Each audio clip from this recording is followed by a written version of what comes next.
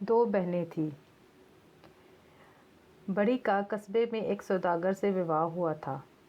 छोटी देहाती में किसान के घर ब्याही थी। बड़ी का अपनी छोटी बहन के यहाँ आना हुआ। काम निपटाकर दोनों बहनें बातें करने बैठ गई। बातों का सूत चल पड़ा। बड़ी अपने शहर के जीवन की तारीफ करने लगी।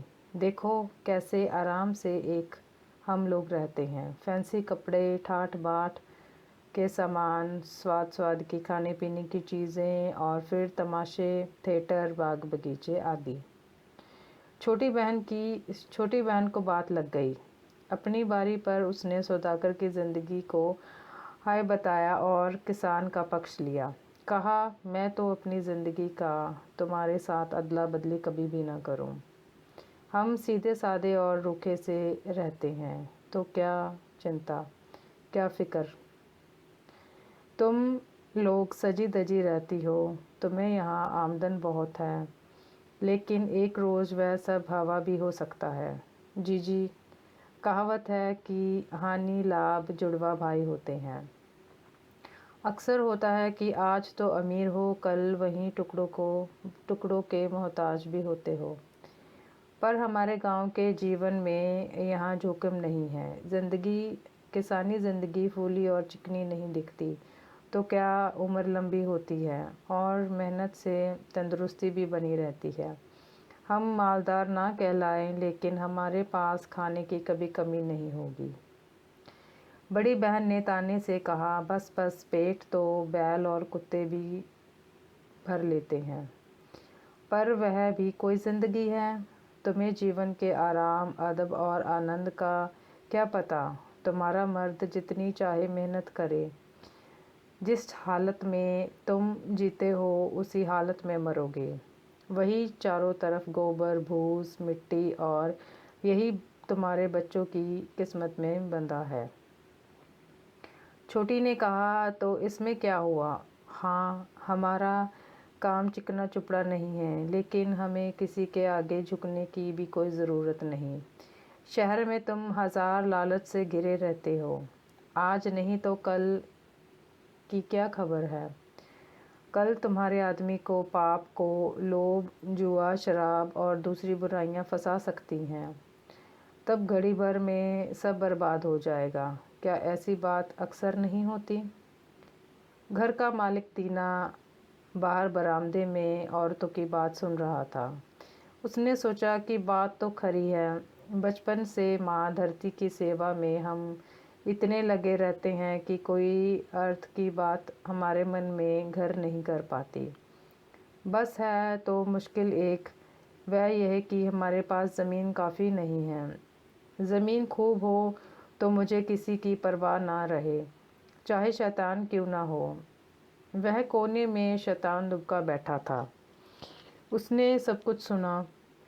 वह खुश था कि किसान की बीवी ने गांव की बड़ाई करके अपने आदमी को डींग पर चढ़ा दिया। देखो ना, कहता था कि ज़मीन खूब हो तो फिर भी चलेगा, शैतान भी आ जाए, परवाह नहीं। शैतान ने मन में कहा कि अच्छा हजरत, यह फ़ैसला सही है, मैं तुमको काफ़ी ज़मीन दूंगा, और देखना है कि उसी से तुम मेरे चुंगल में होते हो कि नहीं।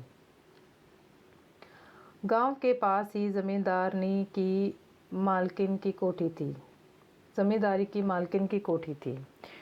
कोई 300 एकड़ उनकी ज़मीन थी। उनके पास अपने असामियों के साथ बड़े बड़े अच्छे संबंध रहते थे, लेकिन उन्होंने एक कारिंदा रखा था जो पहले फ़ौज में रहता था। उसने आकर लोगों पर जुर्माना ठोकना शुरू कर दिया था।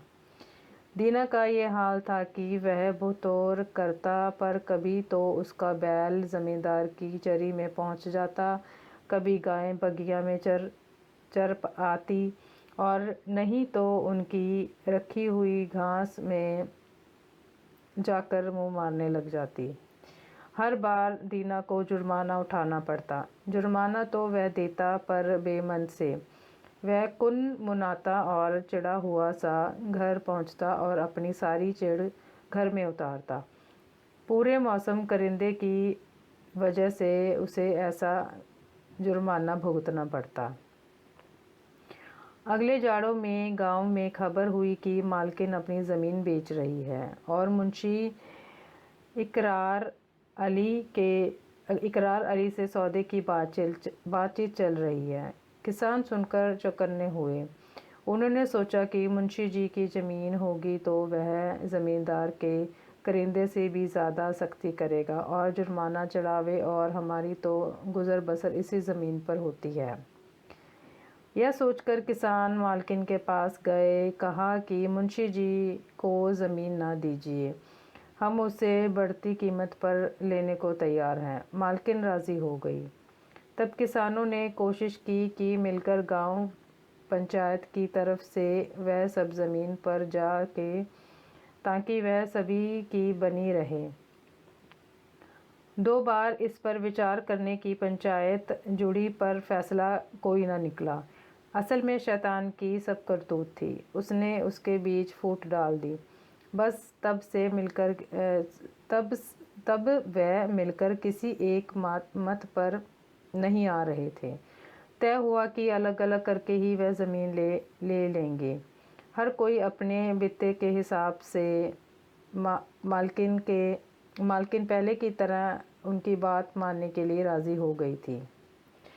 इतने में दीना को मालूम हुआ कि एक पड़ोसी इकट्ठी 50 एकड़ ज़मीन ले रहा है और ज़मींदारनी राज़ी हो गई है कि आधा रुपया अभी नकद ले लो, बाकी साल भर चुकाते रहना। दीना ने अपनी स्त्री से कहा कि और जने ज़मीन खरीद रहे हैं, हमें भी 20 या इतने एकड़ ज़मीन ले लेनी चाहिए। जीना वैसे भार हो गया है और वह करिंदा जुर्माने पर जुर्माना करके हमें बर्बाद कर देंगे। उन दोनों ने मिलकर विचार किया कि किस तरकीब से ज़मीन खरीदी जाए। 100 कलधार तो उसके पास बचे हुए रखे थे। एक उन्होंने अमर पर आया अपना बछड़ा बेच दिया। कुछ माल बंधक रखा था। अपने बड़े बेटे को मजदूरी पर चढ़ाकर उसकी नौकरी के मद्दे कुछ रुपए पेशगी ले ली।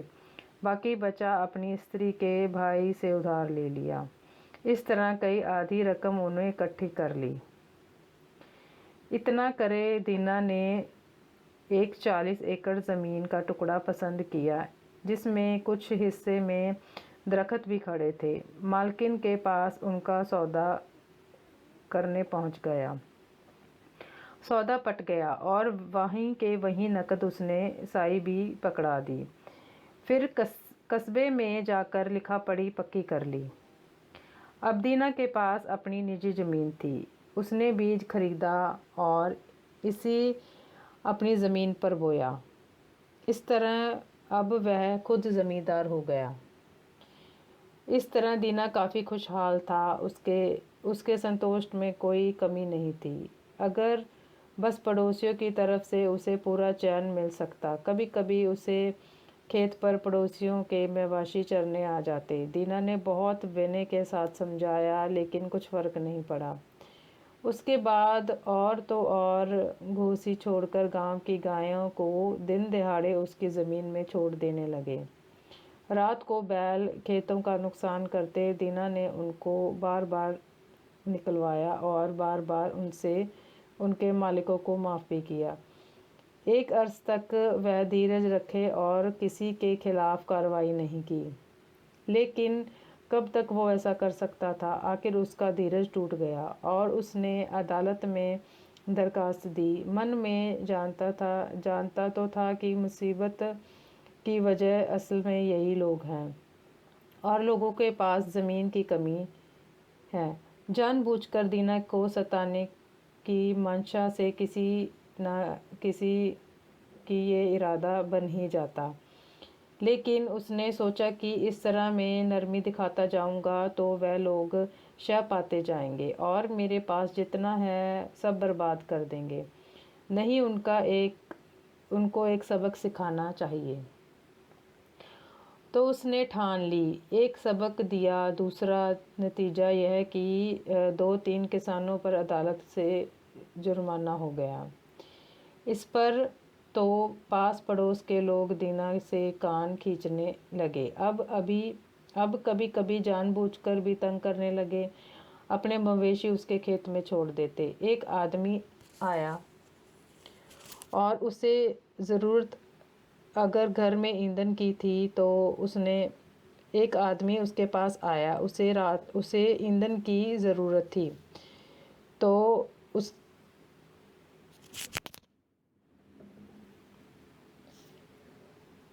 तो उसने रात में जाकर पूरे शीशम के दरख्त काट लिए बिना दीना को बताए। दीना ने सवेरे घूमते हुए देखा कि पेड़ कटे हुए हैं, वे धरती से सटे हैं और उनकी जगह खड़े ठूठ मानो दीना को चिढ़ा रहे हैं। देखकर उसको तैश आ गया। उसने सोचा कि अगर दुष्ट ने एक यहाँ का तो दूसरे दूर का पेड़ काटा होता तो भी गनीमत थी, लेकिन कमबख्त ने आसपास के सभी पेड़ काटे बगिया को वीरान कर दिया। पता लगे तो खबर लिए बिना ना छोड़ूंगा। उसने जानने के लिए सिर खुजलाया कि यह करतूत किसकी हो सकती है। आखिर तय किया कि हो ना हो यह धुन्नू होगा, और कोई ऐसा नहीं कर सकता। यह सोच धुन्नू की तरफ गया और शायद कुछ सबूत ना मिला, लेकिन वह वहाँ चोरी का सबूत मिलने की आस से गया, पर उसको सबूत नहीं मिला। आपस में कहा सुनी और तेजा तेजी के सिवा कुछ नतीजा ना निकला। तो भी उसे मन में पक्का विश्वास था कि ये काम धुन्नू का ही है, और जाकर रपट लिखा दी। धुन्नू की पेशी हुई, मामला चला एक अदालत से दूसरी अदालत, आखिर में धुन्नू बरी हो गया क्योंकि कोई सबूत और गवाह नहीं थे। दीना इस बात पर भी झल्ला हो उठा। उसे गुस्सा आया, मैजिस्ट्रेट पर उतारने लगा। इस तरह दीना का अपने पड़ोसियों और अफसरों से मनमुटाव हो गया, यहाँ तक कि उसे घर में भी आग लगने की बात सुनी जाने लगी। हालांकि दीना के पास अब ज़मीन ज़्यादा थी और ज़मींदारों में उसकी गिनती होने लगी थी, पर गांव में और पेचों में पहला सा उनका मान ना रहा। इसी बीच अफवाह उड़ी कि कुछ लोगों ने गांव छोड़कर कहीं और जाने का सोचा है। दीना ने सोचा कि मुझे तो अपनी ज़मीन छोड़ने की ज़रूरत नहीं है, लेकिन और कुछ लोगों अगर गांव छोड़कर जाते भी हैं तो अच्छा ही है, गांव में भीड़ कम होगी। मैं उनकी ज़मीन खुद ले लूँगा, तब ज़्यादा ठीक रहेगा। अब तो ज़मीन की कुछ तंगी मालूम होती है। एक दिन दीना घर के वरामदे में बैठा था कि एक परदेसी सा किसान उधर से गुजरता हुआ उसके घर में उतरा। वह वहाँ रात भर ठहरा और खाना भी खाया। दीना ने उससे बातचीत की। भाई कहाँ से आए हो? उसने कहा, दरिया सतलुज के पास से आ रहा हूँ, वहाँ बहुत काम है। फिर एक में से दूसरी बात निकली और आदमी ने बताया कि इस तरफ नई बस्ती बस रही है। उसे अपने गांव के कई और लोग वहां पहुंच रहे हैं।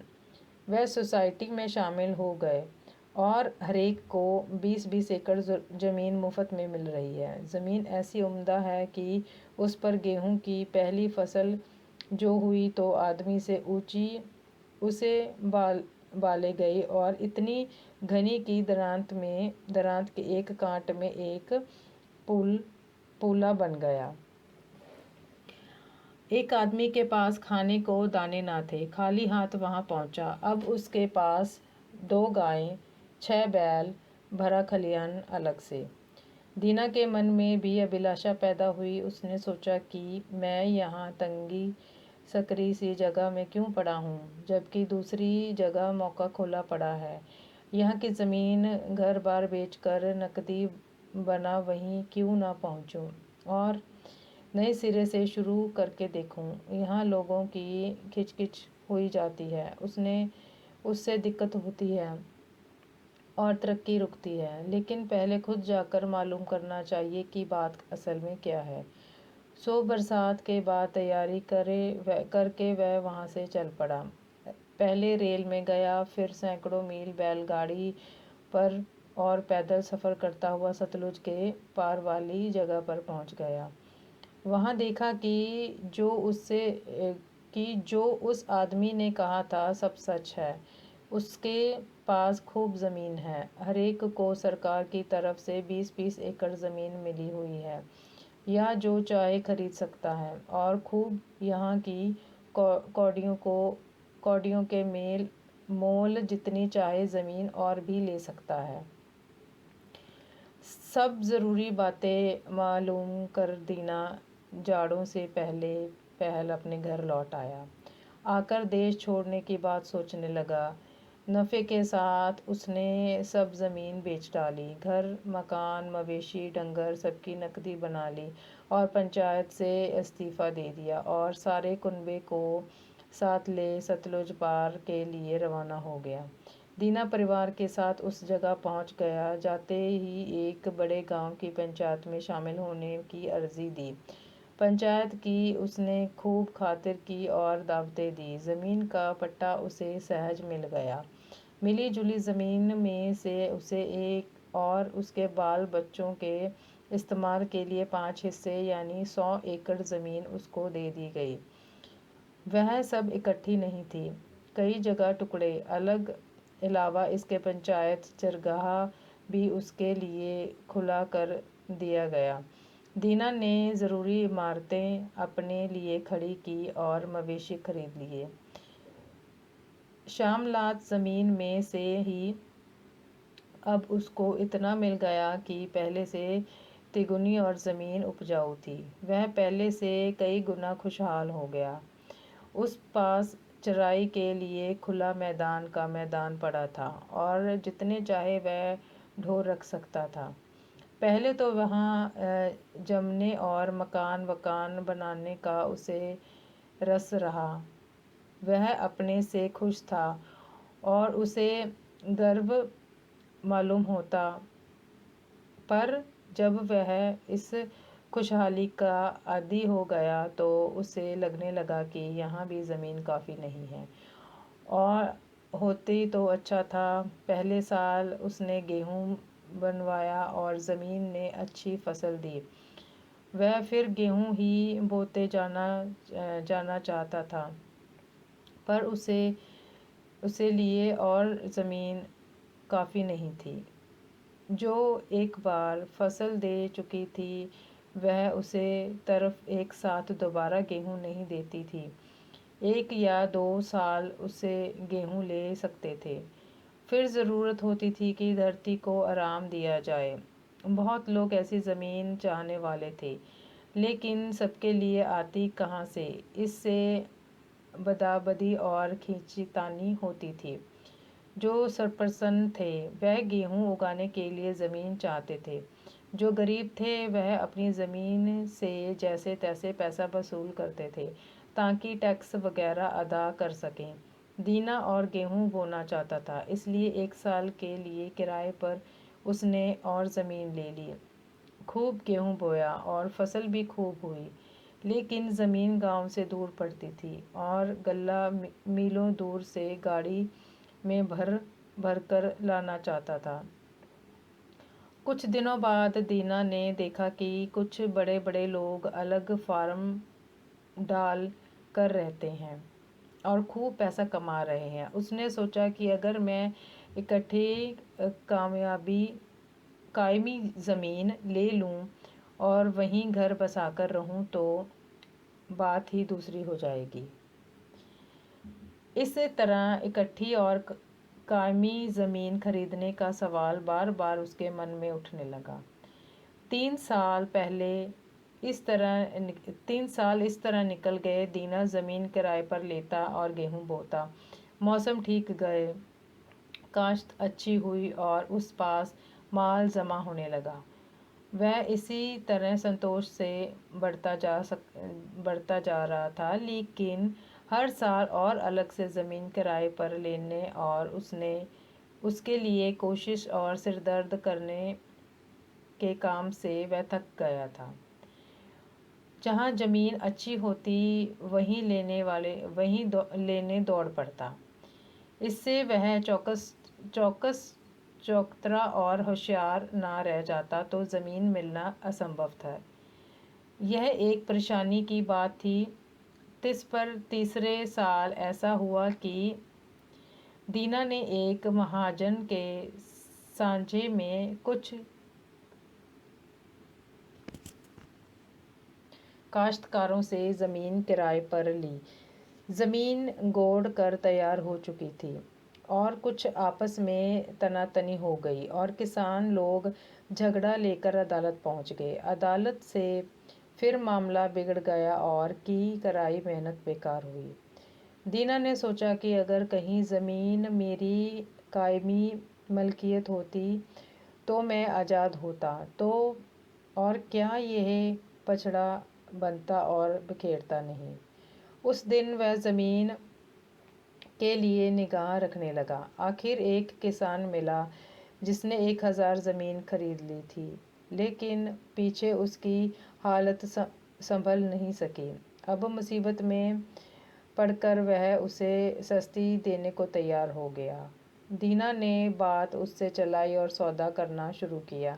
आदमी मुसीबत में था, इससे दीना भाव दर में भी कमी करने लगा। आखिर कीमत 1000 रुपये तय हुई। कुछ नगद दे दिए जाए, बाकी फिर सौदा पक्का हो जाए।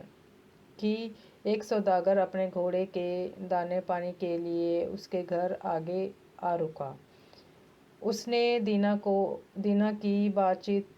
दीना से बातचीत की तो सौदागर ने कहा कि मैं नर्मदा नदी के उस पार से चला आ रहा हूँ। वहाँ 1500 एकड़ उम्दा ज़मीन कुल 500 रुपये में मैंने खरीदी थी। सुनकर दीना ने उससे और सवाल पूछे। सौदागर ने कहा, बात यह है, अफसर चौधरी से मेल मुलाकात करने का हुनर चाहिए। 100 से ज़्यादा रुपए तो मैंने रेशमी कपड़े में और गलीचे देने में खर्च कर दिए हैं। फिर शराब, मूल, फल, मेवे और डालियों, चाय सेट वगैरह के उपहार अलग।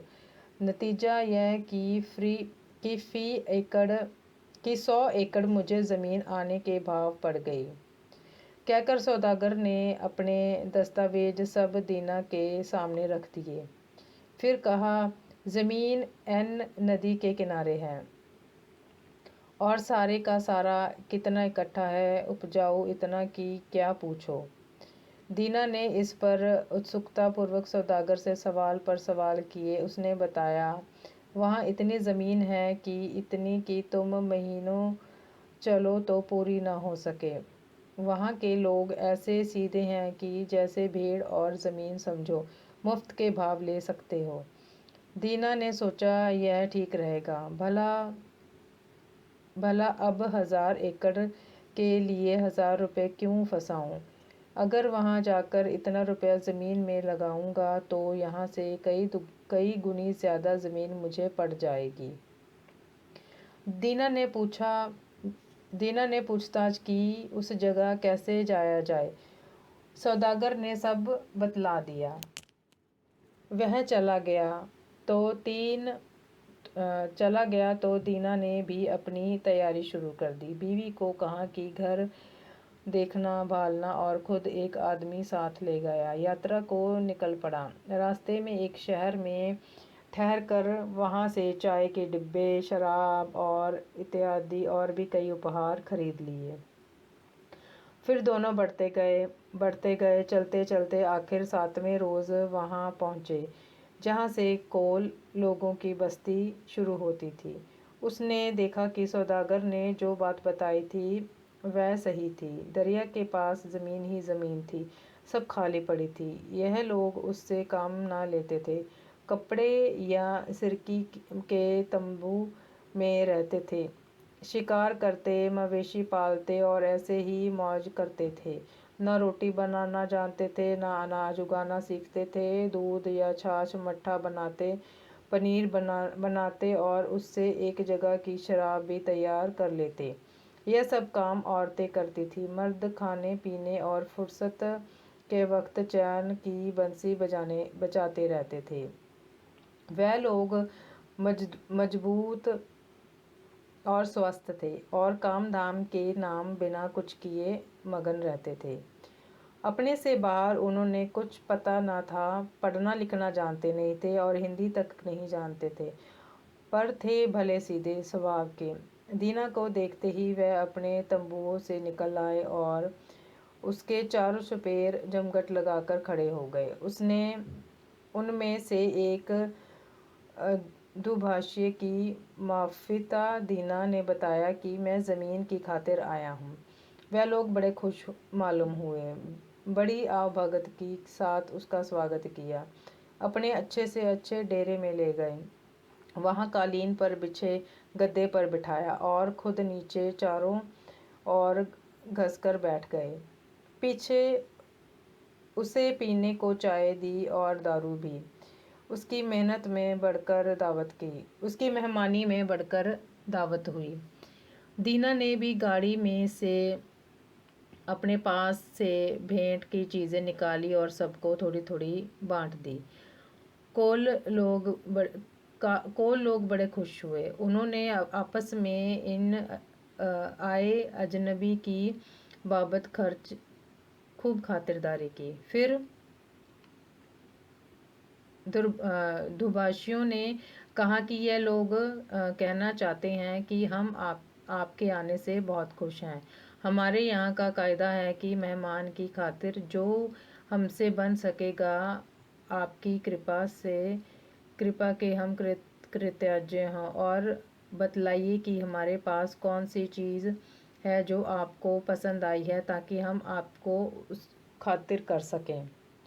दीना ने जवाब दिया कि जिस चीज़ को देखकर मैं बहुत खुश हुआ हूँ वह आपकी ज़मीन है। हमारे यहाँ ज़मीन की कमी है और वह उपजाऊ है, उपजाऊ भी इतनी नहीं होती कि, लेकिन यहाँ उसका कोई पार नहीं, और वह ज़मीन उपजाऊ भी खूब है। मैंने तो अपनी आँखों से यहाँ जैसी धरती खूबसूरत कहीं और देखी नहीं। दुभाषियों ने दीना की बात अपने लोगों को समझाई और कुछ देर वह आपस में सलाह करते रहे। दीना समझ नहीं सकता कि वह क्या कह रहे हैं, लेकिन उसने देखा कि वह खुश मालूम होते थे, बड़े हंस रहे थे और ज़ोर ज़ोर से बोल रहे थे। अनंतर वह चुप हुए और दीना की तरफ देखने लगे, फिर आपस में बात करने लगे। मालूम पड़ा कि जैसे उनमें कुछ दुविधा है। दीना ने पूछा कि उन लोगों में सब अब किस बात की दुविधा है। दुर्भाषियों ने बताया कि उनमें कुछ की राय है कि सरदार से ज़मीन देने के बारे में और पूछ लेना चाहिए। गैर हाजिरी में कुछ कर डालना ठीक नहीं है। दूसरों का ख्याल है कि इस बात में सरदार के लौटने की राय की ज़रूरत नहीं है, ज़रा सी तो बात है। यह विवाद चल रहा था कि आदमी बड़ी बलदार टोपी पहने वहां आ पहुंचा। सब चुप होकर उसके सामने में आके खड़े हो गए। दुर्भाषियों ने कहा, यह हमारे सरदार हैं। दीना ने फौरन अपनी सामान में से एक बढ़िया लबाद निकाला और चाय का एक बड़ा डिब्बा और अन्य चीज़ें सरदार को भेंट की। सरदार ने भेंट स्वीकार की और अपने आसन पर जा बैठा। बैठते ही कौल लोगों ने उससे कुछ कहना शुरू किया। सरदार कुछ देर सुनता रहा, फिर उसने उन्हें चुप रहने का इशारा दिया। उसके बाद दीना की तरफ मुखातिब होकर हिंदुस्तानी में कहा, इन भाइयों ने जो कहा है ठीक है, जितनी ज़मीन चाहे चुन लो, हमारे यहाँ उसका घाटा नहीं है। दीना ने सोचा कि मैं मन चाहे जितनी ज़मीन ले सकता हूँ, पक्का करने के लिए दस्तावेज वगैरह भी तो नहीं चाहिए। तो जैसे आज उन्होंने कह दिया कि यह तुम्हारी है, पीछे वैसे ही उसे ले भी सकते हैं। प्रकट में उसने कहा, आपकी दया के लिए मैं आपका धन्यवाद करता हूँ। आपके पास बहुत धरती है और मुझे थोड़ी सी चाहिए, लेकिन मुझे भरोसा होना चाहिए कि मेरा अपना छोटा सा टुकड़ा, और यह कि वह मेरा ही है। क्या ऐसा नहीं हो सकता कि ज़मीन को नाप लिया जाए और उतना टुकड़ा फिर मेरे हवाले कर दिया जाए? मरना जीना ईश्वर के हाथ है और संसार में यह चक्कर चलता है। आप दयावान लोग तो मुझे यह देते हैं, पर हो सकता है कि पीछे आपके औलाद उसी को वापस लेना चाहे, तब मैं क्या करूँगा। सरदार ने कहा, तुम्हारी बात ठीक है, ज़मीन तुम्हारे हवाले कर दी जाएगी। दीना ने कहा, सुना है यहाँ एक सौदागर आया था, उसको भी आपने ज़मीन दी थी और उस बाबत कागज़ पक्का कर दिया। वैसे ही मैं चाहता हूँ कि कागज़ पक्का हो जाए। सरदार समझ गया था। बोला, हाँ ज़रूर, यह तो आसानी से हो सकता है। हमारे यहाँ एक मुंशी है, कस्बे में चलकर लिखा पढ़ी पक्की कर ली जाएगी तो रजिस्ट्री हो जाएगी। दीना ने पूछा, कीमत की दर क्या होगी। हमारी दर तो एक ही है, एक दिन में 1000 रुपये। दीना समझा नहीं, बोला, दिन दिन का हिसाब ये कैसा है, यह बताइए कितने एकड़। सरदार ने कहा, यह सब गिनना गिनाना हमसे नहीं होता, हम तो दिन के हिसाब से बेचते हैं। जितनी ज़मीन एक दिन में पैदल चल कर तुम नाप डालोगे वही तुम्हारी, और कीमत है ही दिन भर में 1000। दीना अचरज में पड़ गया था। एक दिन में तो बहुत सी ज़मीन को घेरा जा सकता है। सरदार हंसा, बोला, हाँ क्यों नहीं, बस वह सब तुम्हारी, लेकिन एक शर्त है, अगर तुम उसी दिन उसी जगह ना आए, यहाँ से चले हो, तो कीमत जब्त समझी जाएगी। लेकिन मुझे पता कैसे चलेगा कि मैं इस जगह से चला था और मुझे कहाँ पहुँचना है। क्यों, हम सब साथ चलेंगे और जहाँ तुम ठहरने को कहोगे हम ठहरेंगे। उस जगह से शुरू करना और वहीं लौट आना, साथ फावड़ा ले लेना। यहाँ ज़रूरी सूचना निशान लगा देंगे। हम मोड़ पर एक गड्ढा कर देंगे और उस पर घास को ज़रा सा ऊंचा चिन देंगे। पीछे फिर हम लोग चलेंगे और हल से इस निशान से उस निशान तक हदबंदी खींच देंगे। अब दिन भर में जितना चाहो बड़े से बड़ा चक्कर हम लोग कर सकते हैं, पर सूरज छिपने से पहले यहाँ से चले वहाँ आ पहुँचना होगा। जितनी ज़मीन तुम इस पर नाप लोगे वह तुम्हारी हो जाएगी। दीना बहुत खुश हुआ। तय हुआ कि अगली सवेर से चलना शुरू कर दिया जाएगा। फिर कुछ गपशप हुई, खाना पीना हुआ। ऐसे ही करते करते शाम और रात हो गई।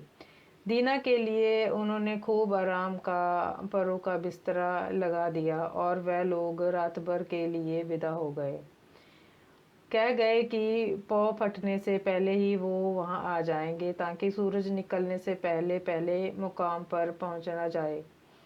दीना अपने परों के बिस्तर पर लेटा सोच रहा था। उसे नींद नहीं आ रही थी। रह रह कर वह ज़मीन के बारे में सोच रहा था। चलकर मैं कितनी ज़मीन नाप डालूंगा, कुछ ठिकाना नहीं है। एक दिन में 35 मील तो आसानी से कर ही लूँगा, कि आजकल लंबे होते हैं। और 35 मील कितनी ज़मीन उसमें आ जाएगी। उसमें से घटिया वाली तो बेच दूंगा और किराए पर उठा दूंगा, लेकिन जो चुनी हुई बढ़िया होगी वहाँ अपना फार्म बनाऊंगा। 2 दर्जन तो बैल फ़िलहाल काफ़ी होंगे, 2 आदमी भी रखने होंगे। कई 150 एकड़ में तो काश्त करूँगा, बाकी चराई के लिए। दीना रात भर पड़ा ज़मीन आसमान के गुलाबे मिलाता रहा।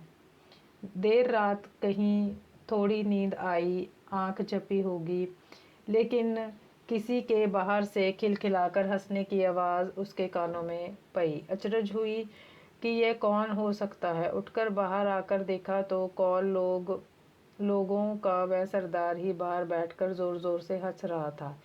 हंसी के मारे अपना पेट पकड़ा रखा था। पास जाकर दीना ने पूछना चाहा, आप ऐसे क्यों हंस रहे हो, लेकिन अभी पूछ पाया ही नहीं था कि देखता है कि वहाँ सरदार तो है, लेकिन बल्कि वह सौदागर बैठा है जो अभी कुछ दिन पहले उसे अपने देश में मिला था और जिसने उसे ज़मीन की बात बताई थी। तब दीना उससे पूछने को हुआ कि यहाँ तुम कैसे हो और कब आए, लेकिन देखा तो वह सौदागर भी नहीं बल्कि वह पुराना किसान जिसने मुद्दत हुई तब सतलुज पार की ज़मीन का पता दिया था। लेकिन फिर जो देखता है तो वह किसान भी नहीं बल्कि खुद शैतान है, जिसके खुर हैं और सिंग हैं। वह वहीं बैठा ठट्ठा मार कर हंस रहा है। सामने उसके एक आदमी पड़ा हुआ है, नंगे पैर, बदन पर घास, एक कुर्ता धोती। जमीन पर वह आदमी औंधे मुंह बेहाल पड़ा था। दीना ने सपने में ही ध्यान से देखा कि ऐसा पड़ा हुआ आदमी कौन हो सकता है और कैसा। देखता क्या है कि वह आदमी दूसरा और कोई नहीं, खुद दीना ही पड़ा है और उसकी जान निकल चुकी है। यह देखकर मारे डर के वह घबरा गया। इतने में उसकी आंख खुल गई। उठकर सोचा कि सपने में आदमी जाने क्या क्या वाहियात बातें देखता रहता है। यह सोचकर मुंह दरवाजे के बाहर झाँक कर देखा। जो देखा वो सवेरा होने वाला था। सोचा समय हो गया है, उन्हें अब जगा देना चाहिए, चलने में देर नहीं करनी चाहिए। वहाँ वह खड़ा हो गया और गाड़ी में सोते हुए अपने आदमी को जगाया। कहा कि गाड़ी तैयार करो। खुद कॉल लोगों को बुलाने चल दिया। जाकर कहा सवेरा हो गया है, ज़मीन नापने चलने जाना है। कॉल लोग सब उठे और इकट्ठे हुए। सरदार भी आ गया। चलने से पहले उन्होंने चाय की तैयारी की और दीना को चाय के लिए पूछा, लेकिन चाय में देर होने के ख्याल कर उसने कहा, अगर जाना है तो हमको चल देना चाहिए, वक्त बहुत हो गया है। कॉल तैयार हुए और सब चल पड़े, कुछ घोड़े पर, कुछ गाड़ी में। दीना नौकर के साथ अपनी छोटी बैलगाड़ी में सवार था। फावड़ा उसने हाथ में रखा हुआ था। खुले मैदान में जब पहुंचकर तड़का फूट ही रहा था। पास के एक ऊंची टेकड़ी थी, पर खुला बिछा मैदान। टेकड़ी पर पहुंचकर गाड़ी घोड़ों से सब उतर आए और एक जगह जमा हुए। सरदार ने फिर आगे जाना कितनी दूर तक फैले मैदान की तरफ हाथ उठाकर दीना से कहा कि देखते हो, जहाँ तक सब आँख जाती है वहाँ तक हम लोगों की ज़मीन है। उनमें से जितनी तुम चाहो तुम उतनी ले सकते हो। दीना की आंखें चमक उठी। धरती एकदम अछूती पड़ी थी, हथेली की तरह हमवार और मुलायम, काली ऐसी की बिनोली। और जहाँ कहीं जरा निचान था वहाँ छाती छाती जितनी तरह तरह की हरियाली हुई। सरदार ने अपनी सिर की रोएदार टोपी उतारी और धरती पर रख दी। कहा, यह निशान रहा, यहाँ से चलो और यहाँ आ जाओ। जितनी ज़मीन चल लोगे वह सारी ज़मीन तुम्हारी। दीना ने भी रुपए निकाले और टोपी पर निग कर रख दिए। फिर उसने पहना हुआ अपना कोट उतार डाला और धोती को कस लिया। गोछे में रोटी रखी, आस्तीनें चढ़ाई, पानी का बंदोबस्त किया, आदमी से फावड़ा लिया और चलने को तैयार खड़ा हो गया। कुछ क्षण सोचता रहा कि किस तरफ से चलना बेहतर होगा। सभी तरफ का लालच था। उसने तय किया, आगे देखा जाएगा, पहले तो सामने सूरज की तरफ ही चलूँगा। एक बार पूरब की ओर मुड़कर मुंह करके खड़ा हो गया, अंगड़ाई लेकर बदन की सुस्ती हटाई और धरती के किनारे सूरज के मुंह चमकने का इंतज़ार करने लगा। सोचने लगा कि मुझे वक्त नहीं खोना चाहिए और ठंडे ठंडे में रास्ते अच्छा पार हो सकता है।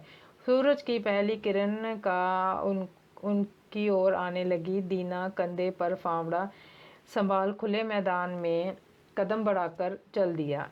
शुरू में वह धीमा चला, ना तेज। 1001 गज चलने पर वह ठहरा। वहाँ एक गड्ढा किया और घास ऊंची चिन कर आसानी से दिख ताकि उसे दिख सके। आगे आगे बढ़ा। उसे बढ़ने में फुर्ती आ गई। उसने चाल में तेज़ी कर दी। कुछ देर बाद दूसरा गड्ढा खोदा। अब पीछे मुड़कर देखा, सूरज की धूप में टेकी साफ दिखती है। उस पर आदमी खड़े थे और गाड़ी के पहियों के आरे तक चमकने लगे। अंदाजन 3 मील तो वह आ ही गया होगा। धूप में ताप आता जाता था।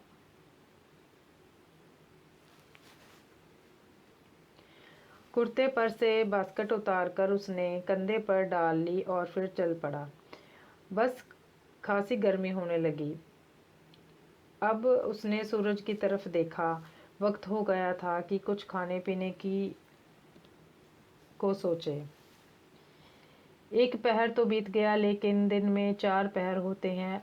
अभी जल्दी है, लेकिन जूते उतार डालूं। यह सोचते उसने अपने जूते उतार दिए, अपनी धोती में खोस लिए और फिर बढ़ता चला। अब चलना आसान था। सोचा, अभी 3 मील तो हो गए होंगे, अब और आगे चलता हूँ, तब दूसरी दिशा लूँगा। कैसी उम्दा जगह है, उसे हाथ से नहीं जाने दे सकता। लेकिन क्या अजब बात है कि जितना आगे बढ़ो उतनी ज़मीन एक से एक बढ़कर मिलती है। कुछ देर वह सीधा बढ़ा चला, फिर पीछे मुड़कर देखा तो टेकरी मुश्किल से नज़र दिखती थी और उस पर वह आदमी रेंगती चींटी से मालूम होते थे। और वहाँ धूप में जाने क्या कुछ चलता हुआ सा दिख रहा था।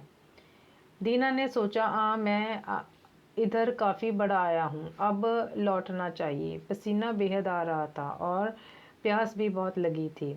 यहाँ ठहरकर उसने गड्ढा किया और ऊपर घास को ढेर चिन कर दिया। उसके बाद पानी पीकर सीधा बाईं तरफ मुड़ गया। चलता गया। घास ऊंची थी और गर्मी बढ़ रही थी। वह थकने लगा। उसने सूरज की तरफ देखा, फिर सिर पर दोपहर आ गई थी। सोचा, अब ज़रा आराम कर लूँ। वह बैठ गया, रोटी निकाल कर खाई और कुछ पानी पिया। लेटा नहीं कि कहीं नींद ना लग जाए। इस तरह कुछ देर बैठा रहा, फिर आगे बढ़ गया। पहले तो चलना आसान हुआ, खाने से उसमें दम आ गया था, लेकिन गर्मी तीखी हो चली और आंखों में उसके उंद सी आने लगी। तो भी वह चलता रहा।